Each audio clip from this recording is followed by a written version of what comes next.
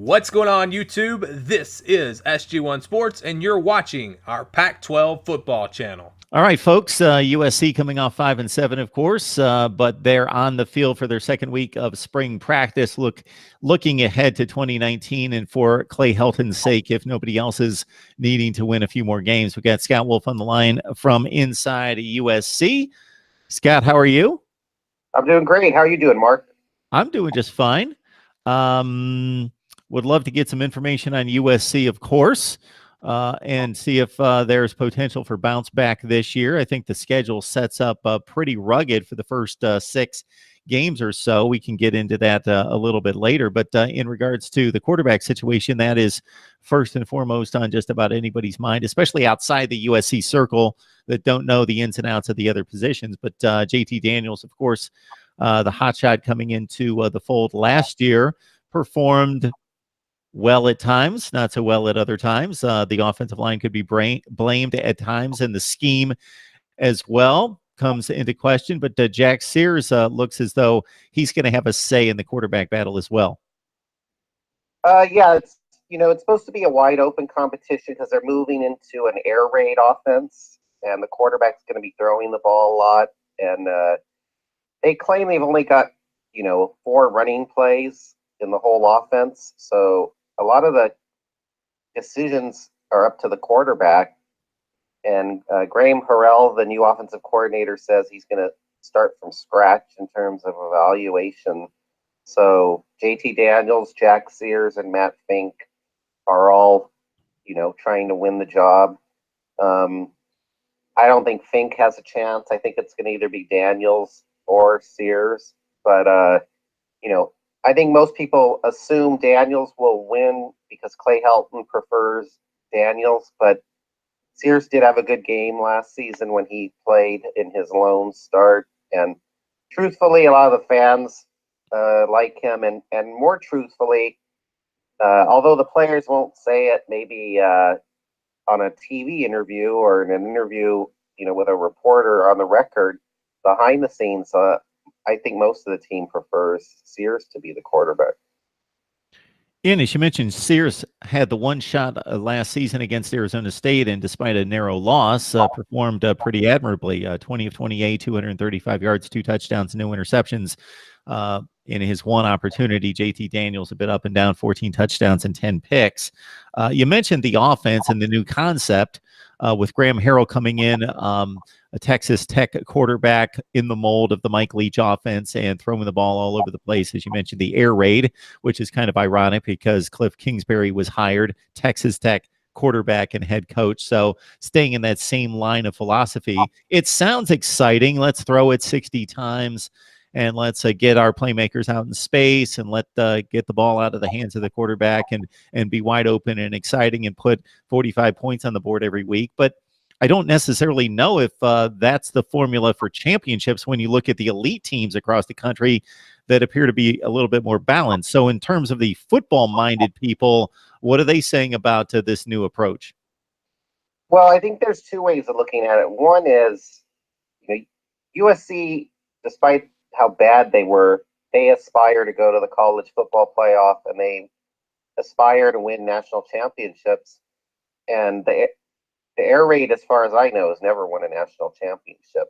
So, that would be one way of looking at it. The other way, according to, Graham Harrell, they are going to try to be balanced, even though the air raid does throw a lot. He's saying they're going to run the ball a lot too. So we'll have to see how that works. I know when he was at North Texas, they had some good running backs and they had good stats. So he does like to run the ball more than, say, Mike Leach, it looks like. But, this is one of the questions I think a lot of the fans are curious about, to see how it actually transpires once they get into a game. You brought up the name Mike Leach, and if you look to the north, obviously they have proven to be a emerging contender, although they haven't sealed the deal and gotten the job done on the last game against Washington, but been very successful with 10 wins, actually 11-2, I believe, after the bowl win this past season. And Mike Leach, yeah, he wants to throw it 70 to 75% of the time and does. I think the big separation there is when he arrived in his first season or two when they were not successful and he was still building the program, the running game was non-existent. It was deplorable. Now when they do run it, they are successful. They still, again, only run it about 30% of the time, but they're at least successful. It's at least a threat.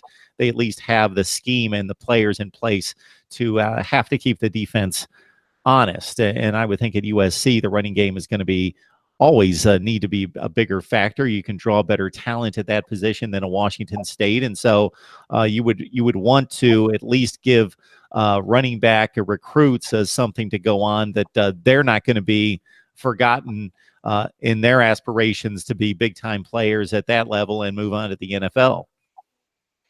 Yeah, I mean, they've got Stephen Carr, Vavai Malapai, Marquise Stepp, so they have some good running backs. And, you know, Clay Helton's always claimed he wants to run the ball and have a balanced offense. And he's talked about that in spring, too, how even though they're going to this air raid, he does want to run the ball. But it's interesting because, you know, the first 3 practices, they said they put the whole offense in.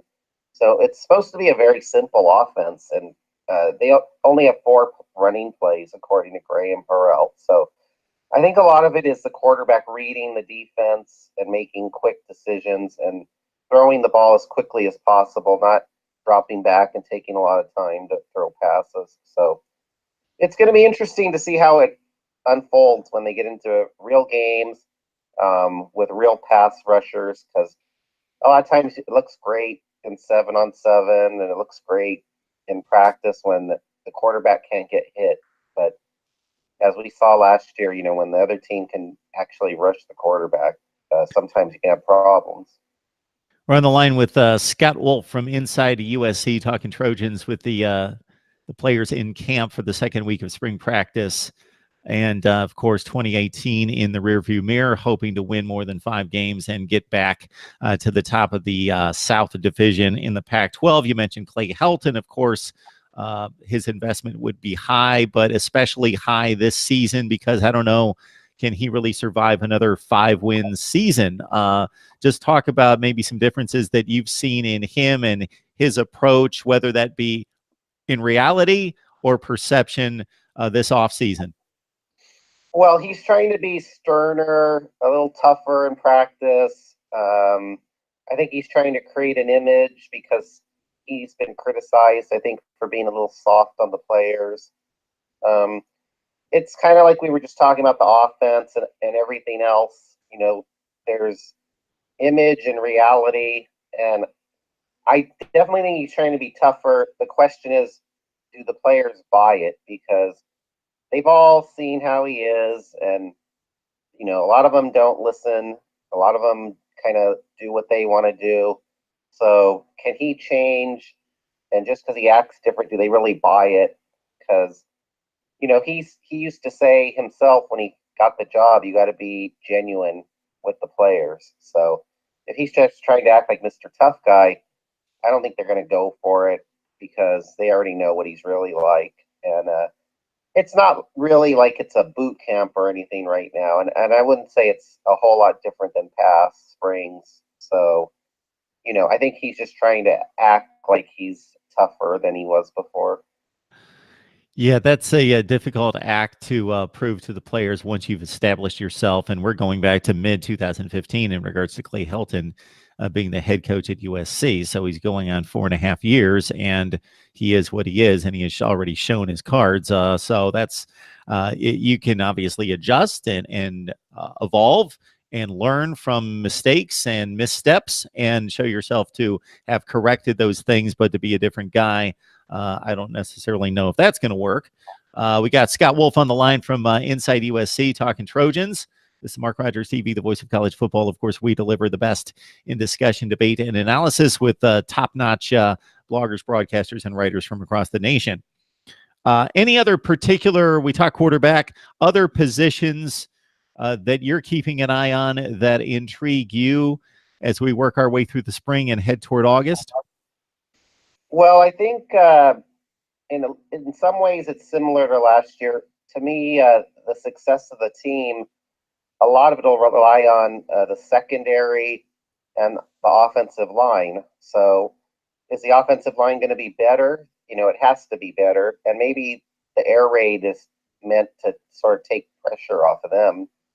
And then, they lost their two starting cornerbacks, Ajane Harris and Iman Marshall, and then Marvell Tell was starting at safety. So three guys leave, and right now, two of the safeties that probably are going to start are not even practicing because they suffered injuries last season. And then they've only got three healthy scholarship corners right now. So it's pretty wide open. And I think corner is going to, not safety, but corner is going to be their biggest question mark next season. And I'm not sure they're going to be very good at corner whoever they pick to be corner. So it's going to be interesting to see how they do. And I think teams are really going to want to pass the ball to test them out early in the year. The 2019 recruiting haul was a disappointment by USC standards, still by most, as a top 20 class, still a fine class, but not the elite selection of athletes that you typically get. A couple of those guys, but not 8 or 10 of those guys that we see at the top of draft boards or recruiting services. 2020, your thoughts about where we're headed? As we mentioned, and you explained to me before we started to record, it just seems as though, and I've seen this as well, that more players are being plucked away from Southern California than at any time in recent memory by the likes of the SEC and others, as opposed to USC really locking down the best players in that part of the state. Yeah, well, I think some of these schools smell blood in the water, and LSU's already gotten 2 commitments from 2 schools, Mater Dei and Narbonne, that USC usually kind of owns when it comes to recruiting. Both very good schools football-wise, and they both produce a lot of prospects. So that's a problem. Although later today, USC might get a commitment from Joshua Jackson, a wide receiver from Narbonne. So that would be like the first probably bit of good news for them in terms of 2020.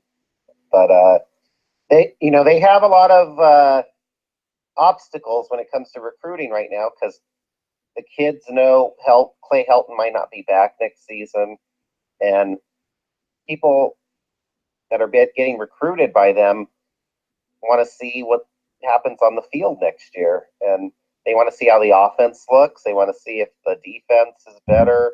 They want to see if players are developing. That's the biggest thing recruits say, is players are not developing at USC. So it's hard to recruit right now for them, because schools are telling their recruits, if you go to USC, you're not going to get better, and you don't know who the coach is going to be during your career.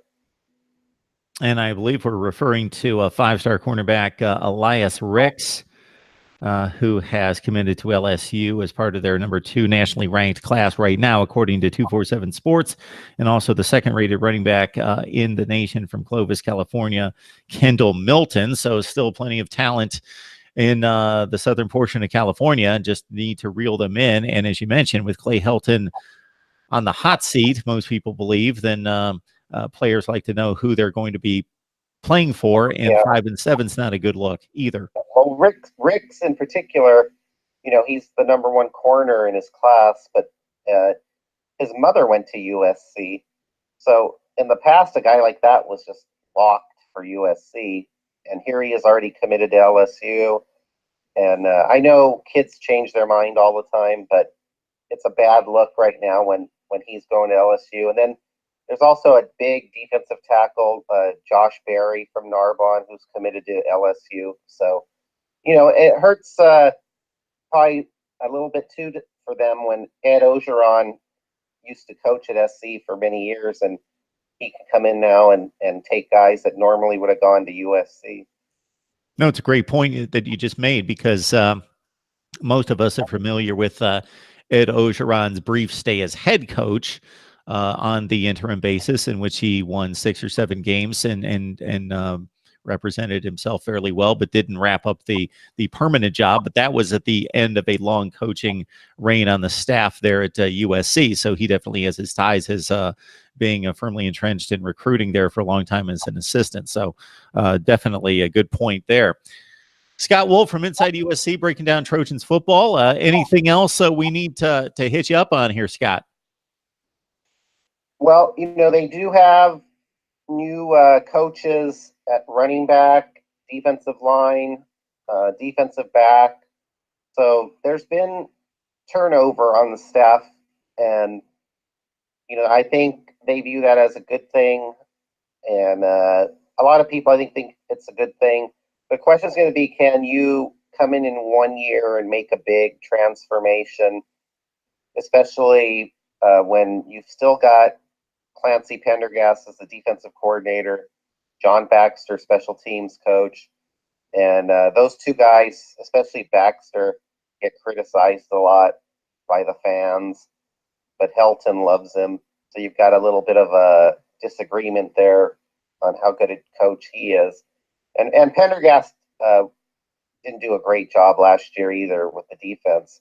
So it's going to be an open question how much change there really is that's taken place over there, because we know the offense is going to be a lot different, but we don't know if the defense and special teams is going to be a lot different. And Scott, I've got to think that the schedule is a concern as well, because taken in totality, it's a tough schedule. It's a strong schedule, but it's not a ridiculous schedule. But the problem is that coming off 5 wins, and with the vibe of the program being what it is, at least the perception of that, coming off the 5 wins, and with a young team, young quarterback, inexperienced quarterback for the most part, depending on who wins the job, out of the gate is the difficulty. So the record could be decent at the end if Clay Helton can keep his players' heads in the game, because they may not get off to the best start when you look at Fresno State, Stanford, BYU, Utah, Washington, and Notre Dame the first 6 games.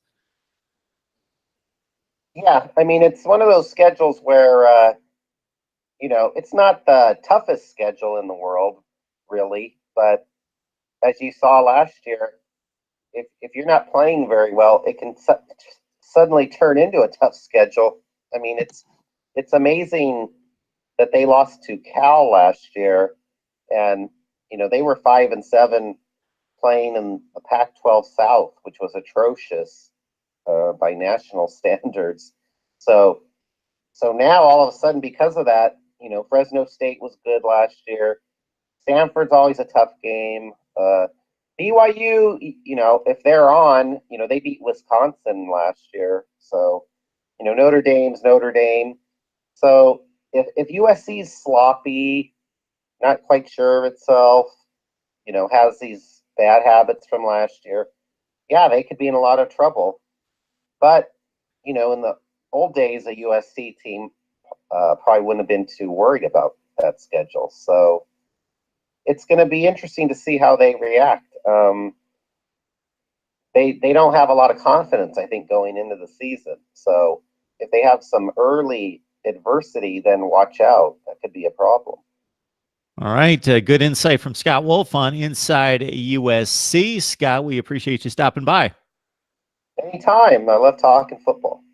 It is week 2 out at Trojan Camp at USC. We got Matt Lowry on the line from Conquest Chronicles. It is the USC platform on SB Nation. Matt, how you doing today?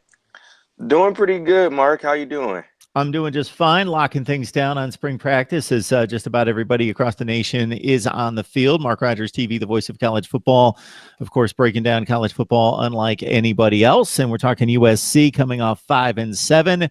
Therefore, recruiting is crucial. Not a whole lot of activity right now, Matt, but a camp a couple weeks ago and a little recruiting amongst players and a key player. Yeah, so as everyone knows, Adidas hosts a 7-on-7 passing down tournament every year, and they were at El Camino College in Southern California. And Bryce Young, modern day quarterback and USC commit, was actually talking to some top receivers, probably trying to lure them to USC. So he's actively out there recruiting for the Trojans, trying to bring a lot of these top guys to USC. So right now, I mean, you have one of the top quarterbacks, if not the top quarterback in the 2020 class, trying to bring a lot of guys, a lot of receivers, a lot of offensive guys to USC, and to join him there in the 2020 recruiting class. And Matt, as you well know, USC, ever since recruiting rankings started to be compiled in the early 2000s, has lived in the top 10 and even in the top 5. Their average ranking for a recruiting class is one of the top 5 or 6 in the nation, but fell off last year, of course, and they struggled to complete a top 20 class. Did bring in a decent class with some very outstanding players, but not the level of elite players at the quantity that they're used to, so they could use the help. And of course, Bryce Young is one of the top players in the recruiting class, and so if he can bring some guys along, then it just brings and builds the momentum, and the good word gets passed along, and it becomes something that we've seen in the past where players have fed upon players' decisions, and it's really worked for certain programs. We've got Matt Lowry on the line from Conquest Chronicles talking some USC football. The Trojans are in camp for their second week, and the quarterback battle that I didn't necessarily look at as a battle as I review across the country, and we're going to be presenting quarterback battles across the nation.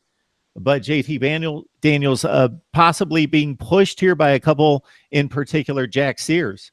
Yeah, so Jack Sears has been looking pretty good in camp. All the quarterbacks really, they've been looking impressive, but Jack Sears is one who stood out.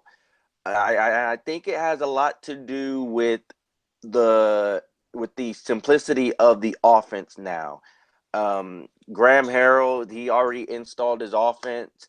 A lot of the players joked about how that was it. They thought there would be more to it, but I think with USC keeping it simple, with Graham Harrell keeping it simple, it's giving a lot of the quarterbacks chances, and it's giving Jack Sears, somebody who many USC fans thought that he should have started midway through the season.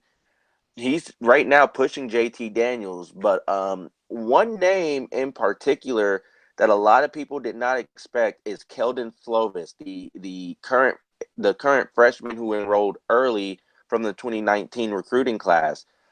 He's been looking very impressive through the first week of camp, although the second week of camp he's missed it due to an undisclosed injury. He hasn't really dressed out. He's been at practice, but hasn't dressed out. We know that there's been some type of illness going around campus. So I don't know if he's been sick or if he's been injured in particular. But Keldon Slovis has been impressing a lot of coaches. But right now it appears the job is JT Daniels, unless he somehow really loses it. But Daniels and Slovis, they're giving him a run for his money right now. Sears received his one opportunity last year against Arizona State. The team lost, but a close game against not one of the best defenses in the Pac-12, but not one of the worst defenses in the Pac-12. And probably based on the elite speed that they had across the front seven, Arizona State had one of the best pass rushes in the conference, if not the country.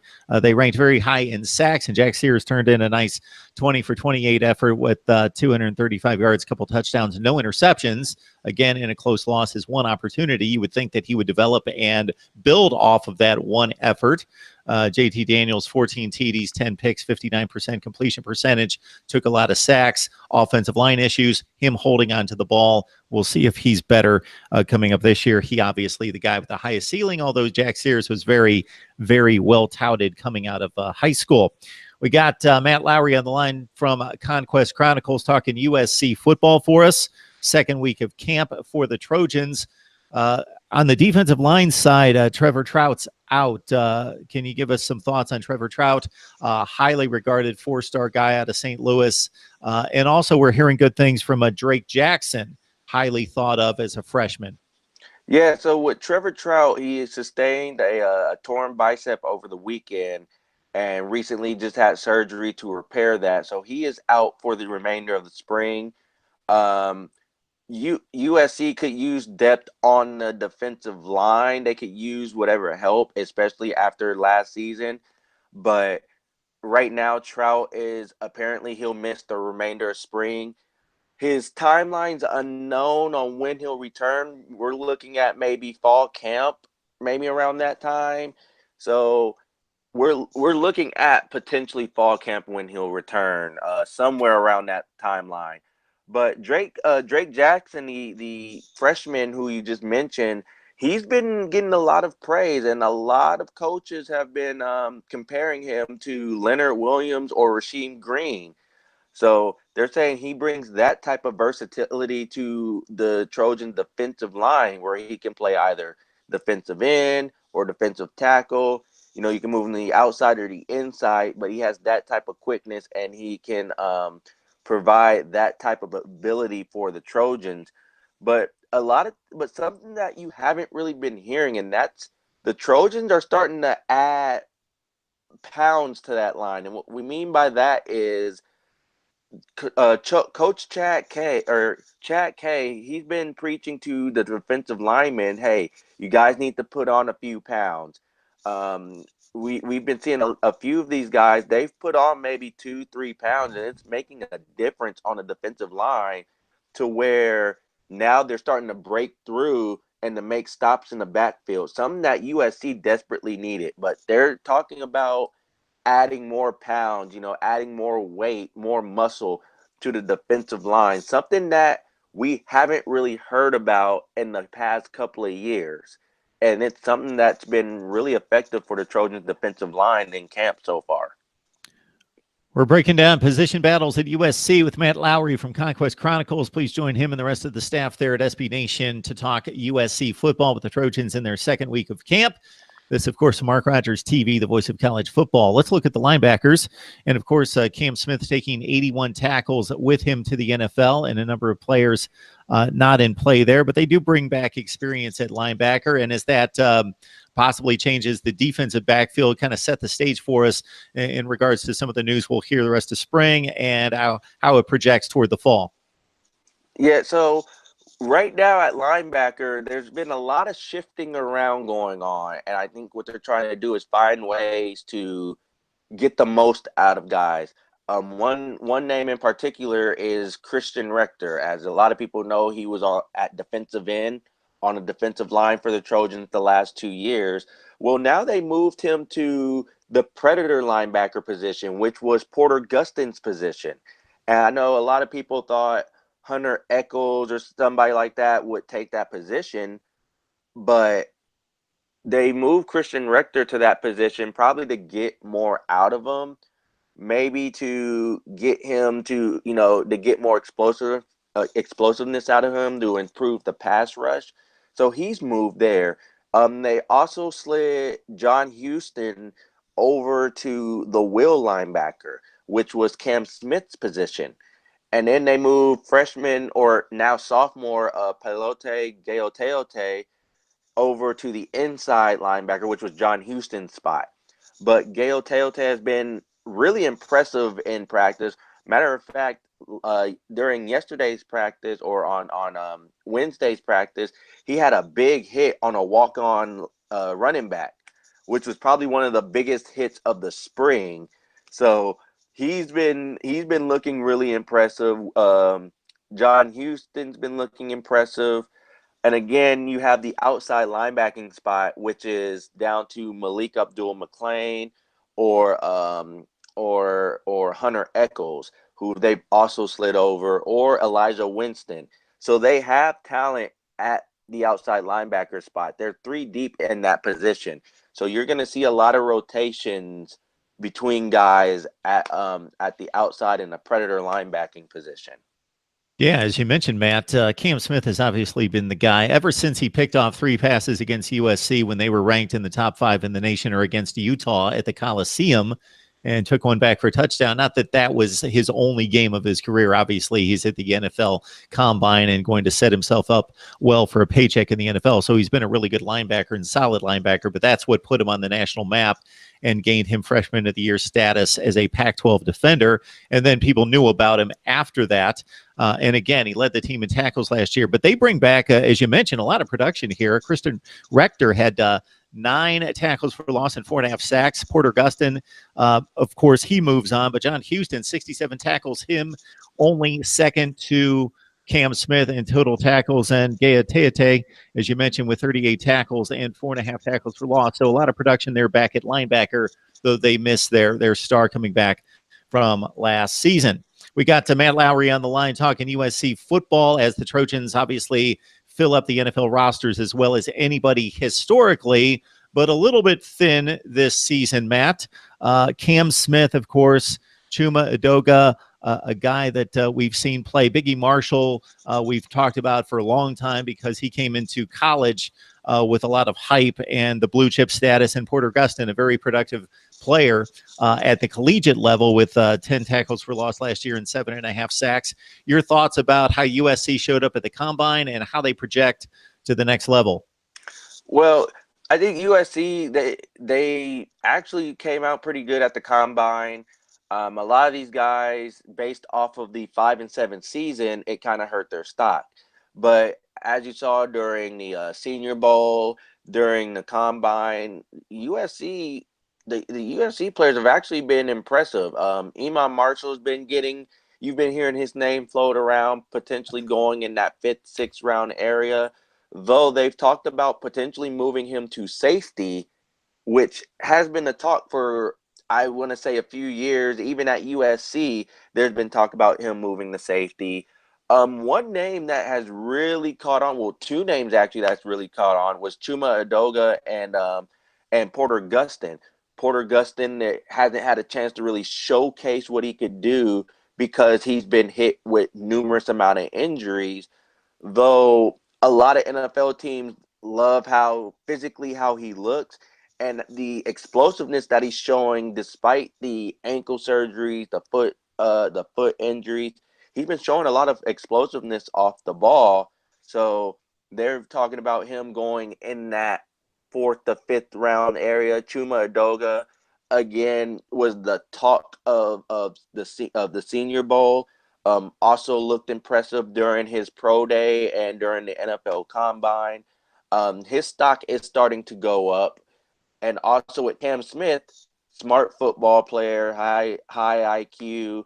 But the knock on him, honestly, is his blitz timing. And what I mean by that is the timing of his blitz is kind of off.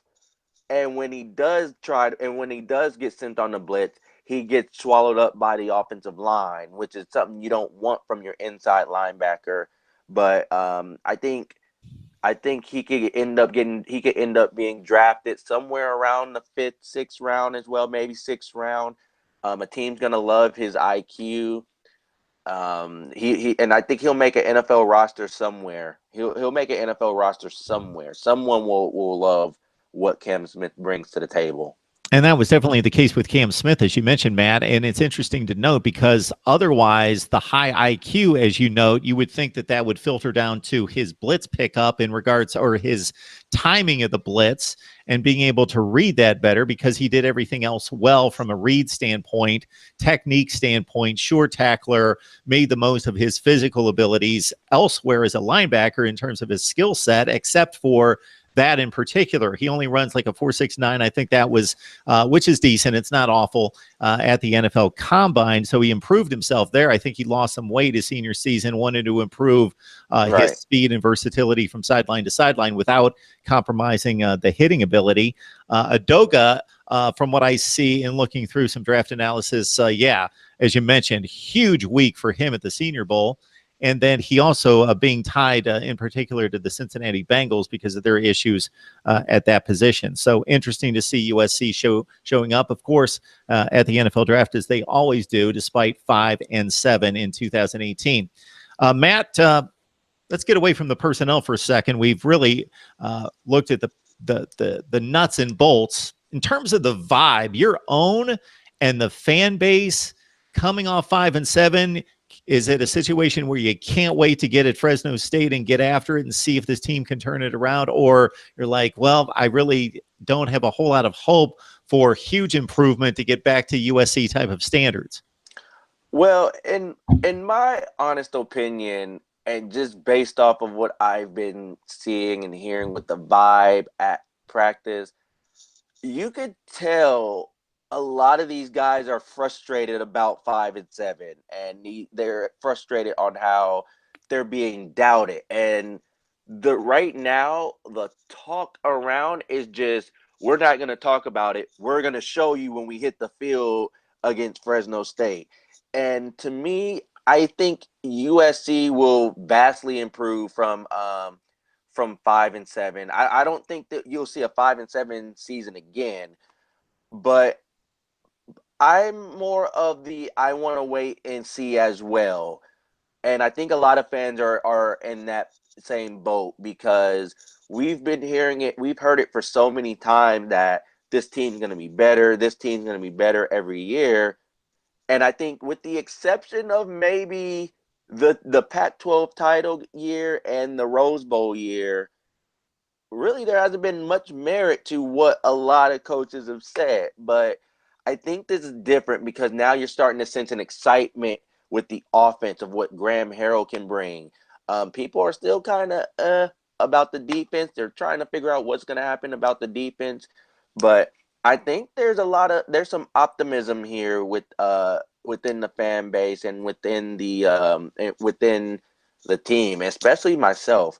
I think, and I'll make this bold claim, I think the USC offense will be exciting to watch. I think I think the offense will finally be an exciting offense to watch. Like, you got to see what the USC offense does. They're going to put points up. I think they're going to move the ball. They'll put points up. I just want to see how the defense is able to hold teams, because if they can do what they did last year, which was force 3 and outs and get the opposing offense off the field, I think now you finally have an offense that can put points on the board, and I think that will be the big improvement. And I think USC off of that can contend in the Pac-12 South. Again, Utah's bringing back quite a few decent guys. They won the Pac-12 South. Colorado has a new coach, and I think they're returning quite a few guys. So it's not gonna be easy. It's still gonna be challenging to win that Pac-12 South, but I think USC will put themselves in a position to where they'll either win the games that they lost last year, or they'll at least make a step forward. They'll improve somehow, but it's going to be a lot of excitement with this offense. I think it'll make a huge difference. And when you mention some of the issues up front on the defensive line, I think the next wave of players have a ton of potential. I think their strongest players and their most talented players are this wave coming in on the defensive front, but they are a bit thin in terms of depth and a bit undersized, and they got a lot of hard-running teams coming at them. Stanford, Utah, Notre Dame always loves to run the football. Washington, of course, added to the schedule after they missed them last year. And as you know, the schedule is very front-loaded, so they're going to have to be ready out of the gate against Fresno State. The first 6 games are pretty brutal. Then they catch a bit of a break late in the season. So if they can weather the storm, maybe go 4-2 the first 6, 3-3, then they're probably in pretty good shape as they could feast on the back half of the schedule when their young team should be better in October and November.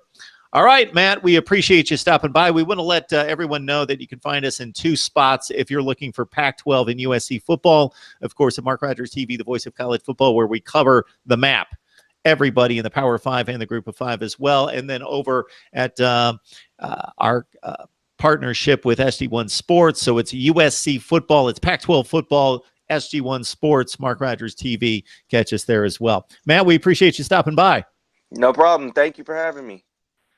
We've got a coach on the hot seat. We've got a quarterback battle potentially, and of course, a lot of attention on USC football coming off of 5-7 in 2018. We got Alicia De Artola from Moreno of Troy on the line to talk Trojans. Alicia, how you doing? I'm doing excellent. I'm glad to be on again. Yeah, absolutely. We appreciate the insight and the information. Get a lot of demand for USC talk. And of course, the fan base can't wait to get to 2019 with some cautious optimism that things have to be better than they were in 2018. We'll start with the quarterback situation. Of course, for most programs, that's the focus. But in particular here with Jack Sears and with JT Daniels, and your thoughts about how they looked on this day, but also throughout the spring. Yeah, the offense on the spring game was a little bit vanilla compared to what we've seen for the rest of spring camp. So I don't know if any of the quarterbacks really stood out, although Jack Sears threw a pick six, which kind of goes to what he has been the entire spring, which is he's always been this quarterback that you look at and think, man, he could really become something, but he's very erratic. Very inconsistent, and I think that came across on the spring game, and it's definitely been the storyline for him for most of spring camp. And I thought that if he was going to turn this into a quarterback battle between him and JT Daniels, it was going to be because he took a step forward in terms of leveling out his consistency and really battling JT Daniels. And I don't think that's happened this spring. JT Daniels still is the favorite to win this job.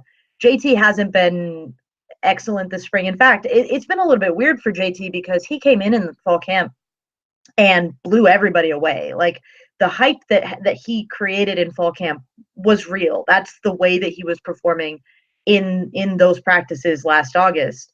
This spring, he's been a little bit more muted. I've looked at him and thought, I know you can perform better than this, and you just look a little bit off. And it could be he's settling into this new offense.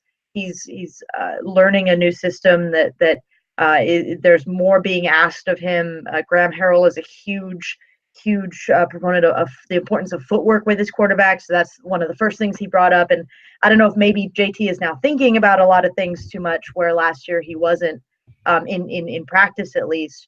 But he has not run away with this job the way that I thought he would. Because I thought it was no question JT's going to win this job. He's going to blow Graham Harrell away, and it hasn't quite been that level.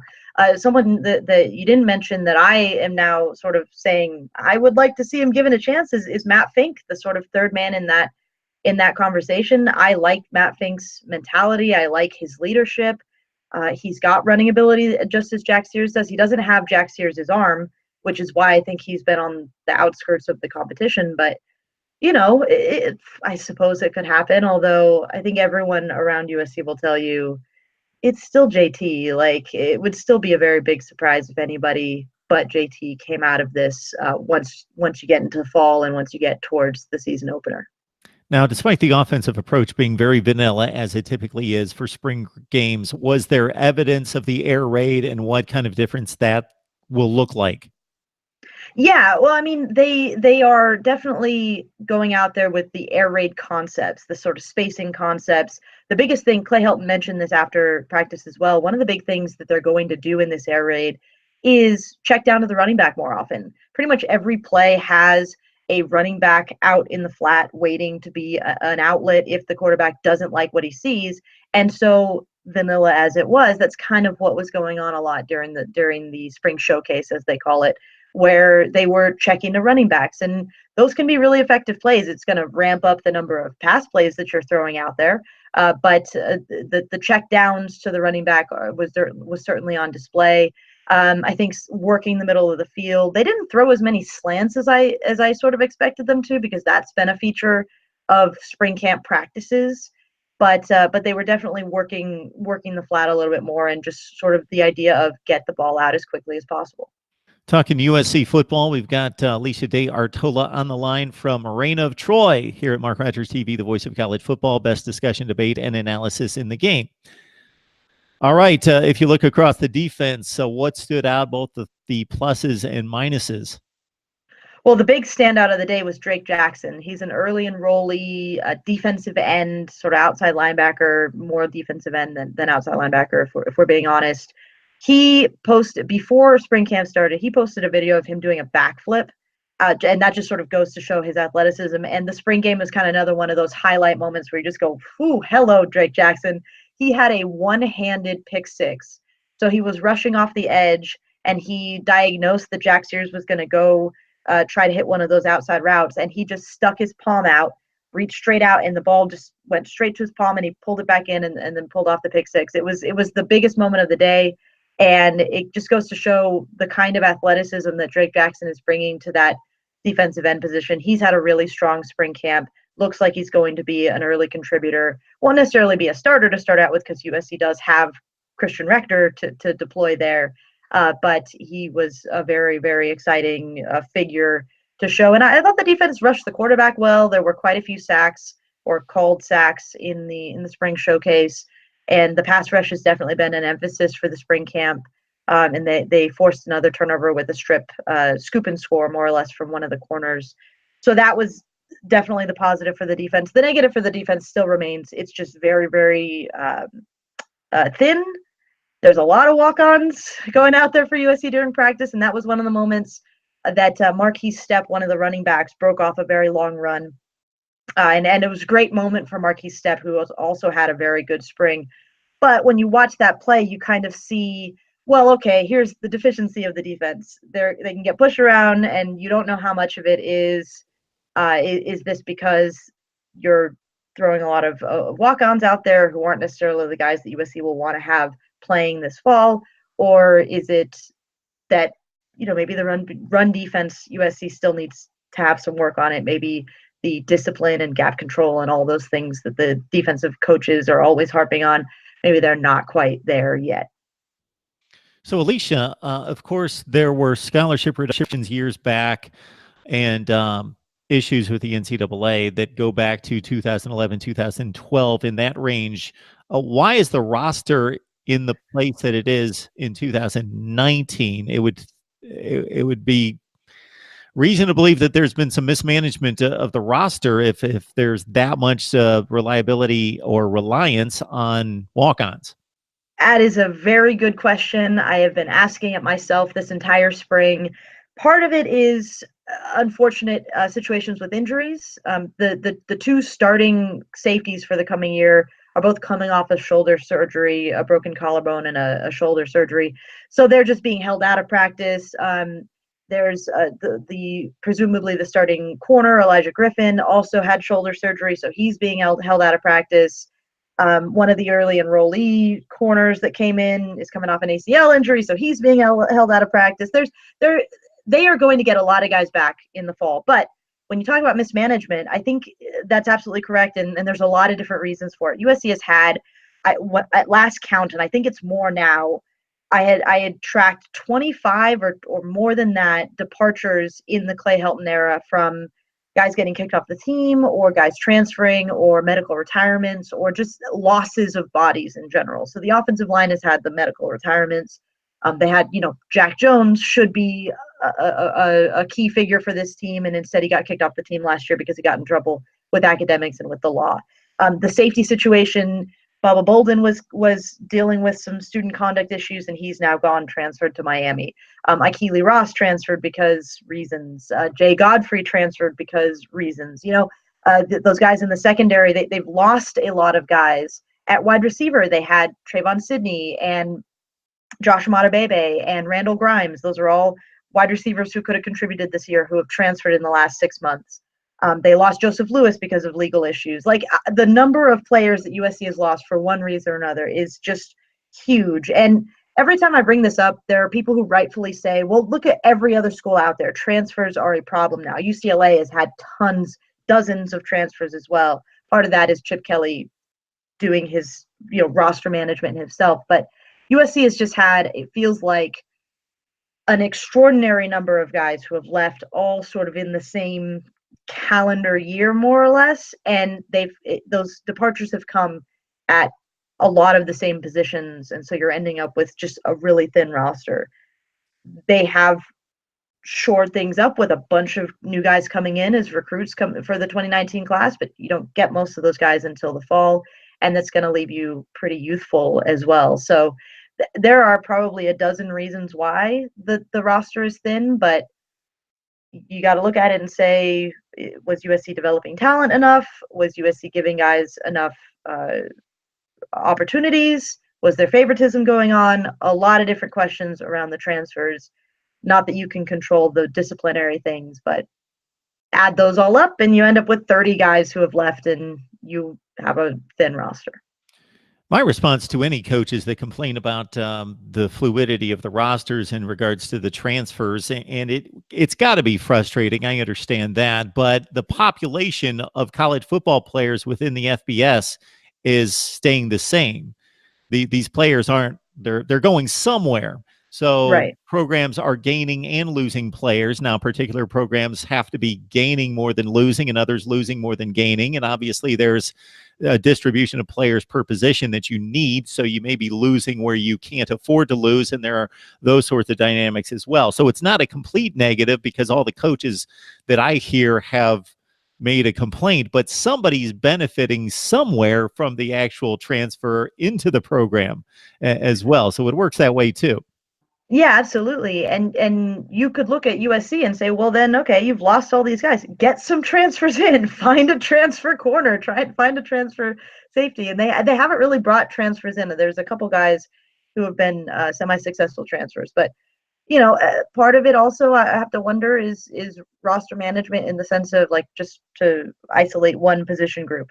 The wide receivers. They brought in a class of 5 wide receivers in 2016, I believe. And half of those guys have now transferred. Well, maybe you didn't recruit a better, if you had recruited a better balance of receivers where you didn't have guys who felt like they were being left out while watching their teammates get all the opportunities, they wouldn't have left. If you even things out a little bit and manage your roster that way instead of loading up on 5 one year and then none the years in between that. I don't know. That it gets very, very complicated. But either way, it's left USC with a spring camp that is limited in terms of even the work that they can do because Graham Harrell talked the last week about how they're killing their wide receivers because he's used to working with 14 to 18 wide receivers and they have 7 healthy right now, 6, 7 on a day. So, and that's including the walk-ons. Like I'm not like they're walk-ons included. So it has been a problem for USC and one that hopefully will not be as much of an issue when they get to the fall. MarkRogersTV, the voice of college football, breaking down USC's spring game and the complete USC spring session with Alicia De Artolo and you can join her on Reign of Troy. So catch the complete work there on Reign of Troy with Alicia right there. And let's leave it with this, Alicia. I always like to stay ahead of the personnel breakdown and who those players are in the next wave. So aside from the quarterbacks, aside from the known factors, who are some guys that may have been special teams players, may have been freshmen or redshirt freshmen last year, guys that we may know a name or maybe are completely under the radar that you would expect could make an impact or are counted upon to make an impact this fall? On defense, I think a guy who redshirted last year, in part because of injury, Isaac Taylor Stewart, he was a highly rated recruit in last year's class and didn't get the opportunities that Elijah Griffin did. But he has been, obviously necessarily because they don't have very many numbers in the secondary at corner, he's been the main man for USC this spring and has made great strides. He looked very raw last year, but very talented, very, very fast guy. And he looks like he's coming together. He's going up against Michael Pittman every day in practice, so he's getting the benefit of going up against a legitimate receiver every day in one-on-ones and the like. And I think he is going to be a guy that now you can look at and say, well, you might pencil him in as a starter opposite Elijah Griffin, I would assume. And he will need to be a reliable player in that secondary because the biggest question for USC on defense is the rebuilt secondary. A lot of new faces in there, and both corners are being replaced. Both starting corner positions are being replaced.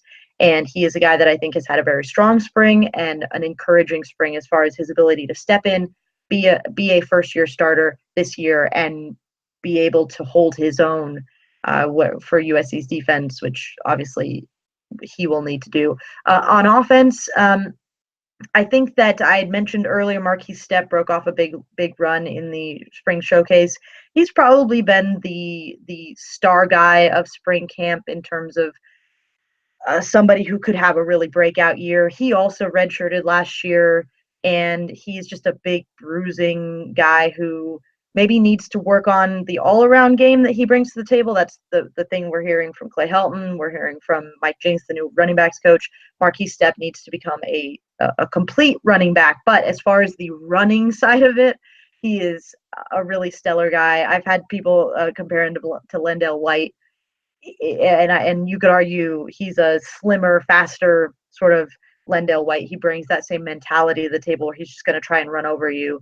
And he could become a goal line, if nothing else, because I really like Vavai Malapai. I really like Stephen Carr as USC's primary running backs. But I think Marquise Stepp could easily make a case for himself as USC's primary goal line weapon at running back. And as a result, I think he could take on a pretty big feature for USC's offense this coming season. Check out Reign of Troy and Alicia's work right there. Alicia De Artola joining us to talk USC football as the Trojans wrap up the spring session. Now we head toward August and see what they have for us in finally determining this quarterback battle with JT Daniels clearly in the lead. Alicia, we appreciate you stopping by. Of course. Thank you for having me. Thank you for watching this video. If you're a Pac-12 football fan, please subscribe to the channel. Leave us your thoughts down in the comments below. And for the latest in Pac-12 football, keep it right here.